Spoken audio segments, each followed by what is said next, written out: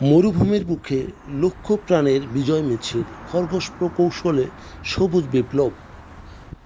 প্রকৃতিকে বশ করা নয়, বরং প্রকৃতির নিয়মকে কাজে লাগিয়ে কিভাবে একটি জনপদকে পুনর্জন্ম দেওয়া যায় তার এক অনন্য নজির স্থাপন করেছে চীন। উত্তর চীনের কুবুচি মরুভূমি, যা একসময় ছিল মৃত্যুর উপত্যকা, আজ তা বৈশ্বিক পরিবেশবিদদের কাছে এক জীবন্ত গবেষণাগার। খরগোশ এবং প্রাকৃতিক প্রকৌশল, মিথ নাকি বাস্তবতা? সোশ্যাল মিডিয়ায় প্রায় 10 লক্ষ খরগোশ ছেড়ে মরুভূমি জয় করার বিষয়টি কিছুটা অতিরঞ্জিত শোনালেও এর পেছনে একটি গভীর বাস্তব সংস্থানিক দর্শন রয়েছে।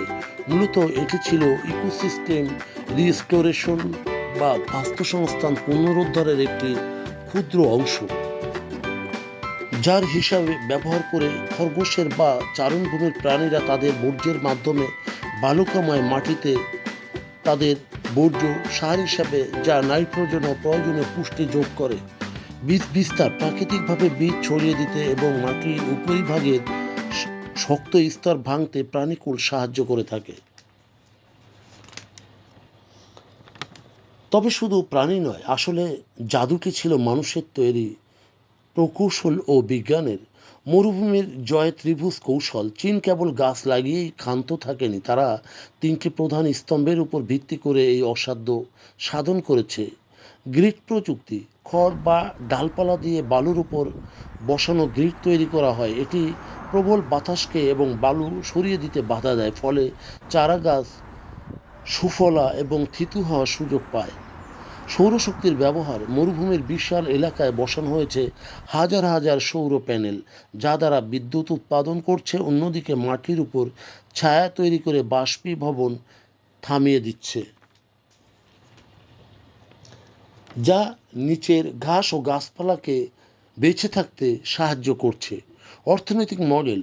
কৃষকেরা সেখানে ঔষধি গাছ চাষ করছে আর এর জন্য প্রণোদনা দেওয়া হচ্ছে, যেমন লিকোরিস বা ষষ্ঠ মধু। এটি মাটিকে উর্বর করে এবং কৃষকের উপার্জনের পথ তৈরি করে, যা এই প্রকল্পকে দীর্ঘমেয়াদী স্থায়িত্ব দিয়েছে। বৈশ্বিক প্রভাব ও ভবিষ্যৎ সম্ভাবনা।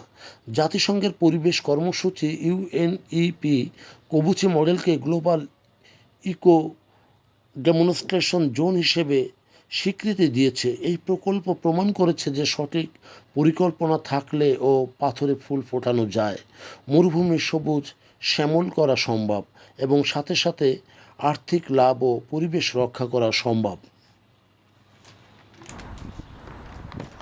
প্রযুক্তি এবং প্রকৃতির এই যুগল মেলবন্ধনে জলবায়ু পরিবর্তন মোকাবেলা করা সম্ভব। তবে কুবুচি মরুভূমির এই রূপান্তর চীনের বিজয় নয়, বরং গোটা পৃথিবীর জন্য একটি আশার আলো।